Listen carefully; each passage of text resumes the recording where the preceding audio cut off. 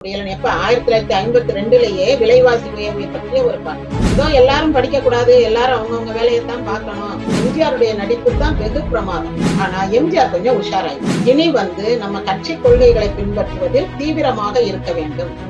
112 இடங்கள்ல திமுக போட்டியிடும். அவங்களுக்கு கிடைச்சது எவ்வளவு தெரியுமா?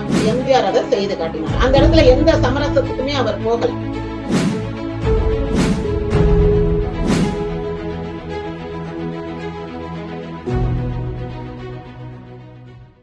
எம்ஜிஆர் யூடியூப் நேயர்களுக்கு என் அன்பு வணக்கம். இன்றைய எபிசோடில் 1952 எம்ஜிஆர் திமுகவில் சேர்ந்த நாளிலிருந்து அதற்கு பிறகு அவர் அந்த திமுக தேர்தல்களில் பங்கேற்றது, அவரால் திமுகவில் ஏற்பட்ட சில மன வருத்தங்கள், பிரிவினை போன்றவற்றை பற்றி பார்ப்போம். இப்போ 1952 எம்ஜிஆர் திமுகவுல சேர்ந்துட்டு அடிக்கடி அண்ணாவை பாக்குறாரு. நாவல், கருணாநிதி அவருடைய படங்களுக்கெல்லாம் வசனம் எழுதுறாரு. இப்படி போய்கிட்டு இருக்குது. அந்த சமயத்துல 53ல என்ன நடக்குதுன்னா, ராஜாஜி குலக்கல்வி திட்டத்தை அறிமுகம் செய்கிறார். இந்த குலக்கல்வி திட்டம்னா என்னன்னா, பாதி நாள் பள்ளிக்கூடத்துல படிக்கணும், மீதி அதாவது பிற்பகல் வேலையில அவங்க என்ன செய்யணும்னா ஒரு தச்சு வேலையோ அல்லது கொத்து வேலையோ, அவங்களுக்கு தெரிந்த கருமான், கொல்லன், இந்த மாதிரி அவங்க குடும்பத்துல என்ன வேலை செய்யறாங்களோ அந்த வேலைகளை மதியத்துக்கு பிறகு பிற்பகல்ல அவங்க செய்யலாம். அவங்களுடைய குலத்தின் அந்த ஜாதிக்கேற்ற வேலைன்னு ஒண்ணு வச்சிருப்பாங்கல்ல, அந்த காலத்துல இருந்துச்சு. இப்ப எல்லாம் நிறைய பேருக்கு தெரியாது. இப்ப என்ன வேலை நம்ம முன்னோர்கள் பார்த்தாங்கன்னு யாருக்கும் தெரியாது. அந்த வேலையை அவங்க செய்யறதும் கிடையாது. எல்லாமே இன்றைக்கு படித்து முன்னேறி பெரிய பெரிய அதிகாரிகளாக வெளிநாடுகளில் எல்லாம் வேலை செய்யக்கூடிய மருத்துவர்களாக, ஐடி பர்சனல்ஸா மாறிட்டாங்க. அப்போ அது ரொம்ப கொடுமையானது. இந்த குடும்பத்துல பிறந்தவன் இந்த வேலை தான் செய்யணும் அப்படின்லாம் இருந்துச்சு. அதை இவர் திரும்பவும் நிலைநிறுத்த பார்க்கிறார் என்று எதிர்ப்பு குரல் கிளம்பியது. யார் மேல? ராஜாஜி மேல. அப்போ அந்த எதிர்ப்பை ஏற்படுத்தியது யாருன்னா, ஒண்ணு காங்கிரஸ்குள்ள இருந்த காமராஜர் கோஷ்டி. எப்பவுமே காங்கிரஸ்னாலே அது ஒரு கோஷ்டி பூசல் உடைய கட்சி தான். எல்லா கட்சியிலையும் இருக்கும். ஆனா மற்ற கட்சிகள்ல கொஞ்சம் அடக்கமா வாசிப்பாங்க, அடக்கி வாசிப்பாங்க. ஆனா காங்கிரஸ்ல அப்படியே ரெண்டு பேரும் போர் அணி வீரர்கள் மாதிரி ரெண்டு தனி அணிகளாக நின்று மோதிக்கிடுவாங்க. அப்ப அதுல காமராஜ் கோஷ்டி ஒண்ணு, ராஜாஜி கோஷ்டி ஒண்ணு. ராஜாஜி கோஷ்டி என்ன பண்ணாங்க, இந்த மாதிரி குலக்கல்வி திட்டம்னு பாதி நாள் படிச்சா போதும், பாதி நாள் அவன் குடும்பத்து வேலையை பார்க்கட்டும், இல்லைன்னா இந்த வேலையெல்லாம் யார் பாப்பா, எல்லாரும் படிச்சுட்டா அப்புறம் யார் துணி துவைப்பா, யார் மற்ற கொல்லன் வேலை பார்ப்பா, யார் தச்சு வேலை பார்ப்பா, இப்படி எல்லாம் இந்த வேலைகளுக்கெல்லாம் ஆள் இல்லாம போயிருமே அப்படின்னும் போது இந்த மாதிரி இன்னொரு வேலைக்கும் கேட்டாங்க. அது ஒரு பெரிய கதை, அது அப்புறம் வருவோம். இப்படி ஒரு கொந்தளிப்பு ஏற்பட்டுச்சு. எல்லாரும் படிச்சா அப்படின்ட்டு, ஏதோ எல்லாரும் படிக்க கூடாது, எல்லாரும் அவங்கவுங்க வேலையைத்தான் பார்க்கணும் அப்படின்ற ஒரு மனப்போங்கல, அந்த ஒரு திட சித்தத்தோட தான் இருந்தாங்க அந்த காலத்துல. அப்போ அதை திமுக கடுமையாக எதிர்த்து அதற்கான போராட்டங்களை அறிவிச்சது. காமராஜரும் அவர் பக்கம் கொஞ்சம் ஒடுக்கப்பட்டவர், தாழ்த்தப்பட்டவர் எல்லாம் அவர் பக்கம் இருந்தாங்க. அதனால காமராஜர் அதை கடுமையாக எதிர்த்தார். முடியவே முடியாது, எல்லாரும் முழுசா படிக்கணும், அப்படி குலக்கல்விக்கெல்லாம் திரும்பி போக முடியாது. அப்புறம் என்ன, நம்ம சமூக விடுதலை, தேசிய விடுதலை என்பது சமூக விடுதலையும் உள்ளடக்கியது. பெரியார் அதைத்தான் வலியுறுத்தினார், அண்ணாவும் அதைத்தான் வலியுறுத்தினார். சமூக விடுதலை, மக்கள் அடிமைத்தனத்தில் இருந்து, மேலாதிக்க சாதியினருடைய பிடியில் இருந்து வெளிவர வேண்டும். அதை மிகச் சரியாக செய்தது அந்த VA, வில்லேஜ் அட்மினிஸ்ட்ரேட்டிவ் ஆபீசர்னு போட்டாங்கல்ல, கிராம நிர்வாக அலுவலர். அது எம்ஜிஆர் தான் அதை நடைமுறைக்கு மிகச் சரியாக கொண்டு வந்தார்னு சொல்லலாம். அது வரைக்கும் அந்த ஜாதிய ஆதிக்கம் என்பது கிராமத்தில் இருந்து கொண்டே இருந்தது. இப்போ இந்த மாதிரி ஒரு பிரச்சனை வருது. இந்த 52ல திமுக அதுல கொஞ்சம் ஆவேசமாக செயல்பட்டு கொண்டே இருக்குன்னு வைங்க. இப்ப 52ல என்ன ஆகுது, எம்ஜிஆர் 2-3 படங்கள் நடிக்கிறார். 3 படங்கள் வருது. என்னென்ன படம் வருது? அந்தமான் கைதி வருது, குமாரி வருது, என் தங்கை வருது. எல்லாரும் திருடாதையில தான் எம்ஜிஆர் பேண்ட் போட்டாரு. அப்புறம் கையெல்லாம் அசைக்க வேண்டிய அந்த மாதிரிலாம் இருக்குன்னு பேண்ட்டுக்கு பாக்கெட்டுக்குள்ள கைய சொருகிக்கிட்டாரு அப்படின்லாம் சொல்லுவாங்க. அதெல்லாம் ஒண்ணும் கிடையாது. அதெல்லாம் சுத்த போய். அந்தமான் கைதியிலேயே அவர் பேண்ட் ஷர்ட் போட்டு ஒரு சமூக படத்துல நடிச்சாரு. என் தங்கை சமூக படம். அதுல வந்து ஒரு கூலியாக இருந்து தொழிலாளருடைய போராட்டங்களை பற்றி பேசி அது ஒரு நல்ல படம்.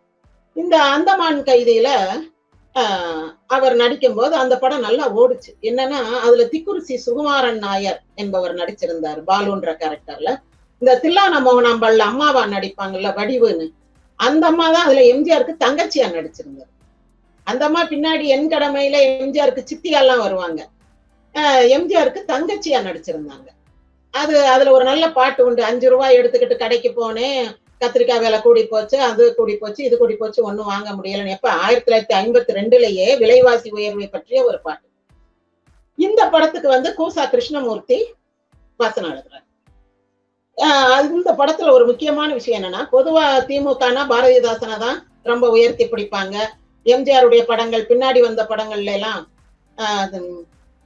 பாரதிதாசன் பாட்டு என்னென்ன பாட்டு இருக்கும்? சித்திரச்சோலைகளை பாட்டு, அப்புறம் சங்கை முழங்கு, இந்த மாதிரி பாரதிதாசன் பாடல்கள் தான் நிறைய வரும். ஆனா இந்த படத்துல வந்து பாரதியார் பாட்டு வரும். காணி நிலம் வேண்டும் பராசக்தி, காணி நிலம் வேண்டும் அப்படின்னு MS திரௌபதினு ஒரு நாடக நடிகை, அவங்க வந்து எம்ஜிஆருக்கு ஜோடியா நடிச்சிருந்தாங்க.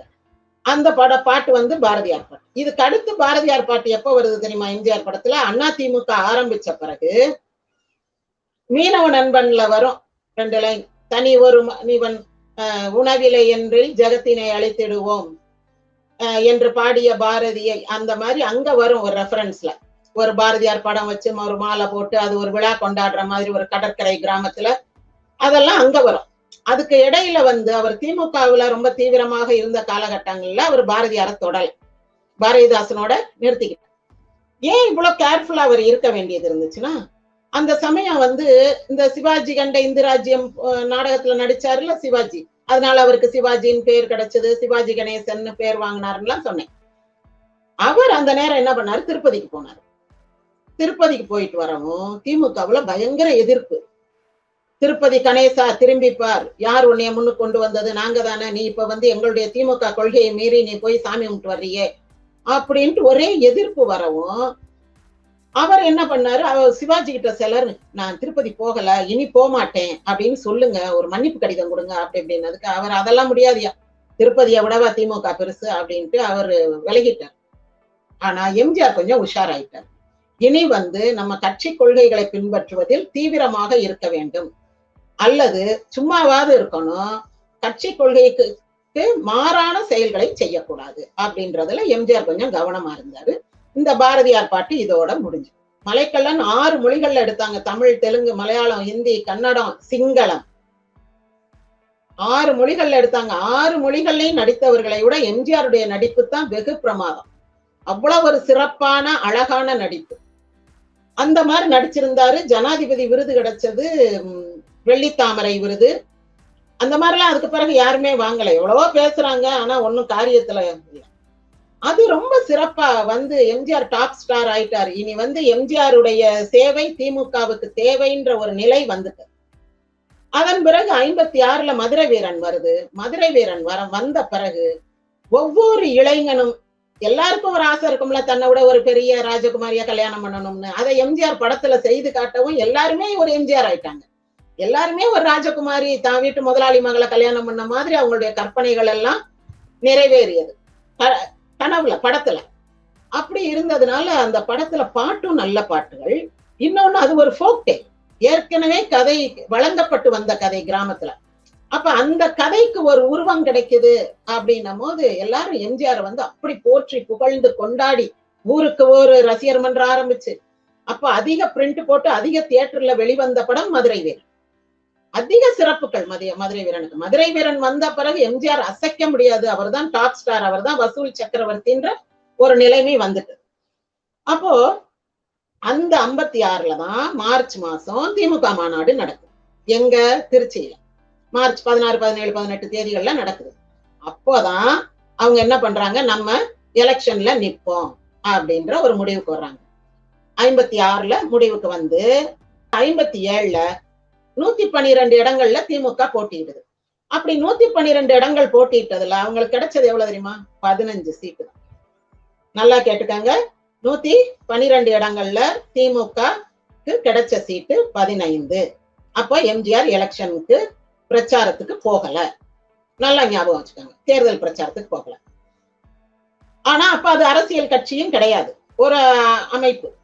அதற்கு பிறகு 58 மார்ச்ல தான் அவங்களுக்கு அரசியல் கட்சின்ற அங்கீகாரம் கிடைத்து உதயசூரியன் என்ற சின்னம் கிடைத்தது. 58ல 58ல ஆகஸ்ட் மாசம் எம்ஜிஆர் நாடோடி மன்னன் ரிலீஸ் பண்ணும் போது அவருடைய எம்ஜிஆர் பிக்சர்ஸ் லோகோவா இந்த திமுக கொடிய வைக்கிறார்.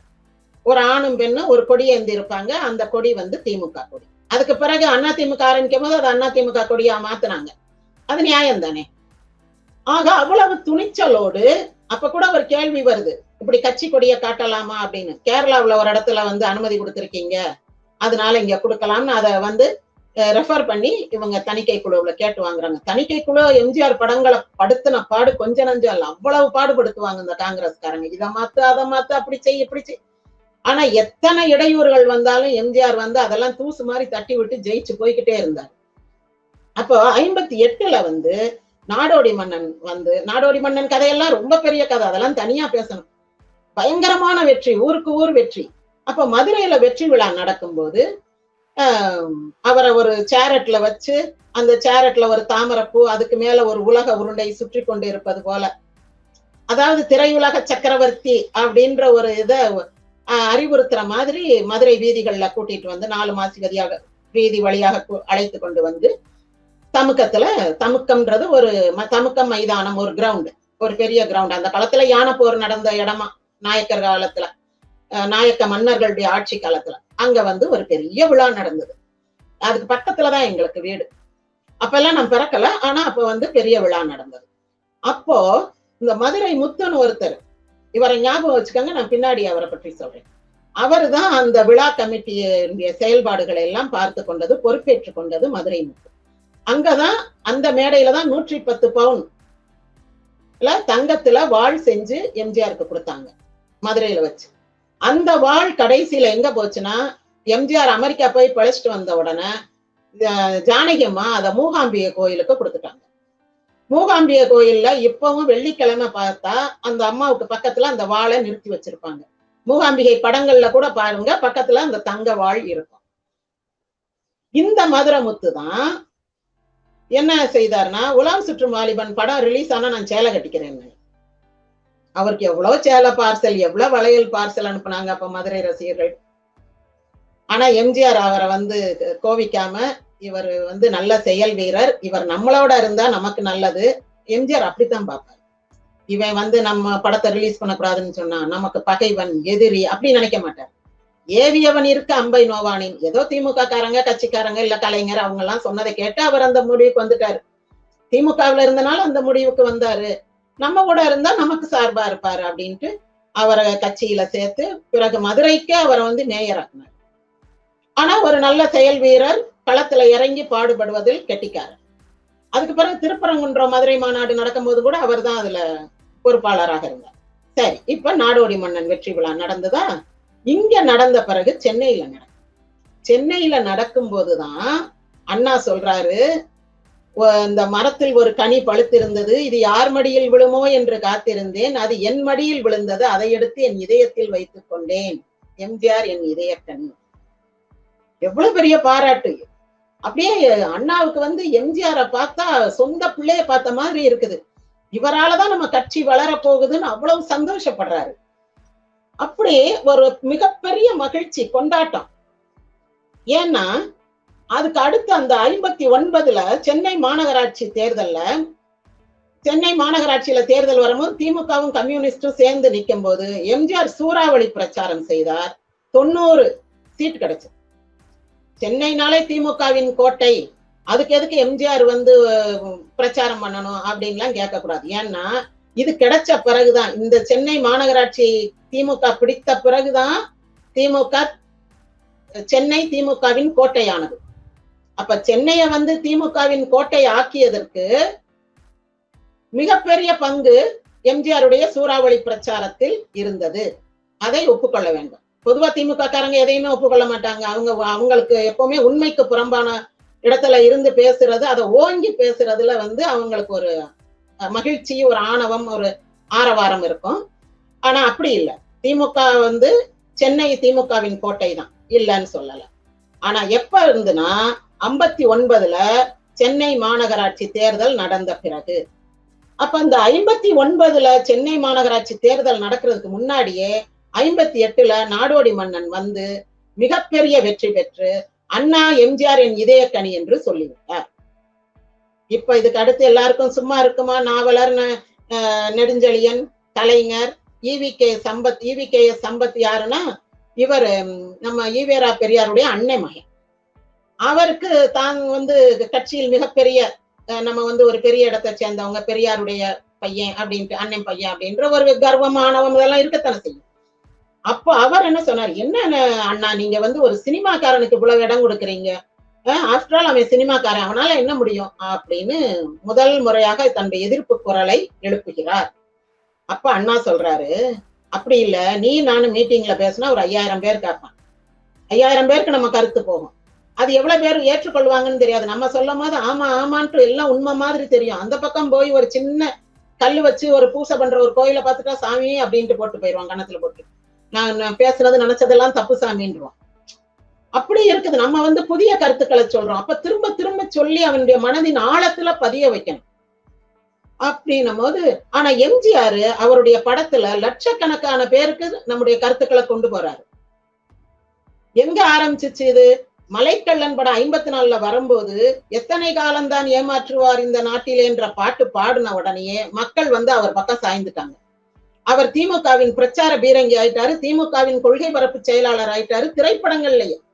திரைப்படங்களில் அவரை மாதிரி கட்சி கொள்கையை வந்து தீவிரமாக பிரச்சாரம் செய்தவர், தன்னுடைய வாழ்க்கையிலும் அதை பின்பற்றியவர் வந்து வேற யாரும் கிடையாது. அப்ப நிறைய பேர் இருந்தாங்க. யாரு? நடிப்பிசை புலவர் இருக்கிறாரு, SS ராஜேந்திரன் இருக்கிறாரு, எல்லாரும் அந்த கட்சியில இருக்கிறாங்க. கட்சியில இருக்கக்கூடிய கலைஞர்கள் தான். ஆனா அவங்களால எல்லாம் அவ்வளவு தீவிரமா கொண்டு வர முடியல. பட் எம்ஜிஆர் அதை செய்து காட்டினார். அந்த இடத்துல எந்த சமரசத்துக்குமே அவர் போகல. அண்ணாவினுடைய வசனத்தையே திருத்தி எழுத சொன்னவர்னா இப்ப பாத்துக்கங்க. மக்களுக்கு நல்ல கருத்துக்களை சொல்லணும், அது ஒண்ணுதான் அவருடைய குறிக்கோளாக இருந்தது. அப்போ அந்த நாடோடி மன்னனுடைய வெற்றியினுடைய பிரதிபலிப்ப அண்ணா வந்து சம்பத்துக்கு சொல்றார்.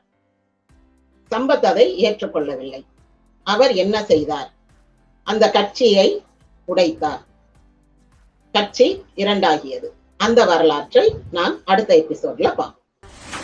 இந்த காலத்து இளைஞர்கள் வந்து பழைய விஷயங்களை, இப்போ நம்ம சரித்திரம் படிக்கிற மாதிரி நம்முடைய பழைய நம்ம நாட்டில் நடந்தது, தலைவர்கள் எப்படி எப்படி வந்து ஆட்சி செஞ்சாங்க, என்னென்ன சாதுரியத்தை பயன்படுத்தினாங்க அப்படிங்கிறத இந்த காலத்து இளைஞர்கள் வந்து தெரிந்து கொள்ள வேண்டும் அப்படிங்கிற ஒரு எண்ணத்தில் தான் வந்து எம்ஜிஆரை பற்றிய சில சுவையான தகவல்களை நம்ம சொல்றோம். அதிமுகவின் 50 ஆண்டு கால வரலாற்றில் சிறப்பு சேர்க்கும் விதமாக எம்ஜிஆரின் அரசியல் பயணம், அண்ணா முதல் அண்ணா திமுக வரை வரலாற்று தொடர் ஒவ்வொரு திங்கள் மற்றும் வியாழன் மாலை 5 மணிக்கு உங்கள் எம்ஜிஆர் டிவி யூடியூப் சேனலில் பதிவேற்றப்படும். காண தவறாதீர்கள்.